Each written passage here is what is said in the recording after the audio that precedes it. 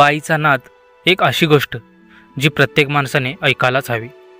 ही कथा आहे त्या नादाची ज्याने कित्येक राजे, महाराजे आणि सामान्य लोकांनाही रसातळाला नेलं। आकर्षण, वासना, पैसा आणि विनाश यांचा संगम असलेली ही कथा तुम्हाला विचार करायला भाग पाडेल। ही फक्त गोष्ट नाही, हा अनुभव आहे जीवनाचा, सत्याचा। बाईचा नाद चांगला की वाईट आहे, त्याचे परिणाम काय होतात? बाईचा नाद हा वाईटच, त्याला तुलना नाही। जगाच्या इतिहासात आतापर्यंत ज्यांनी हा नाद केला ते लोक, राजे, महाराजे किंवा सर्वसामान्य असोत, शेवटी रसातळाला गेले। रामायणात रावण नेस्तनाबूत झाला, महाभारतामध्ये सगळेच कौरव बुडाले आणि आता तर कलियुगात बोलायलाच नको। लेडीज बार, कितीतरी कुटुंब उद्ध्वस्त झाली।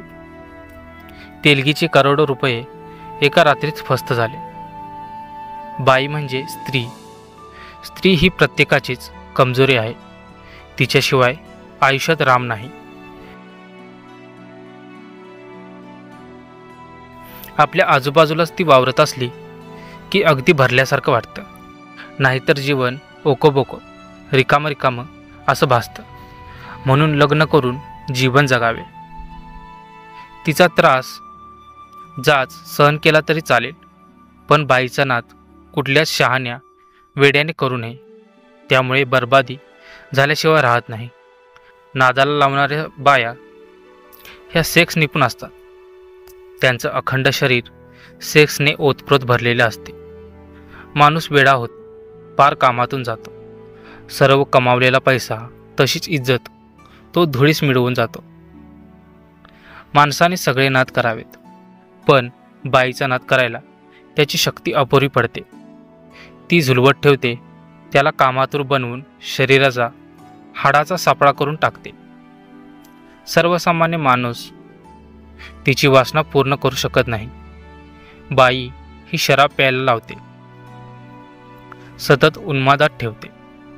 अगोदर बाईची नशा, त्यात शराब, मग काय विचारायलाच नको। माणूस पार कोमात जातो। घरची बायको अगदीच अळणी वाटते, कामधंदा सुचत नाही, रात्रंदिवस तिचाच ध्यास। पैसा पाण्यासारखा भावत ठेवावा लागतो, जरा जरी ओघ कमी पडला तर ती लात मारून हाकलवून देते। बाईच्या शरीराची ठेवण अशी असते की ती बसली, उठली किंवा चालली, अंगमोडी दिली तरी माणूस घायाळ होतो। ती सेक्सची पुतळी असते। उसाचा रस काढल्यावर चिपाड फेकून द्यावं लागेल तशीच माणसाची अवस्था होते। तिच्याकडे दयामाया नसते, प्रेम असतं ते सुद्धा नकली, दिखावा असतो। म्हणून बाईचा नाद कोणीच करू नये, लांबून सुद्धा तिला बघायचं धाडस करूच नये। तर मित्रांनो, आजची स्टोरी तुम्हाला कशी वाटली ते कमेंटमध्ये नक्कीच सांगा। आणि तुम्हाला जर हा व्हिडिओ आवडला असल्यास आपल्या व्हिडिओला एक लाईक आणि चॅनेलला सबस्क्राईब करायला विसरू नका। भेटूया अशाच एका नवीन आणि इंटरेस्टिंग व्हिडिओमध्ये। ह्या व्हिडिओचा उद्देश कुणाच्याही भावना दुखावणे नसून एखाद्या गोष्टीची जर आपण अति केली तर त्याची कशी माती होऊ शकते याचंही उदाहरण देण्याचा या व्हिडिओच्या माध्यमातून प्रयत्न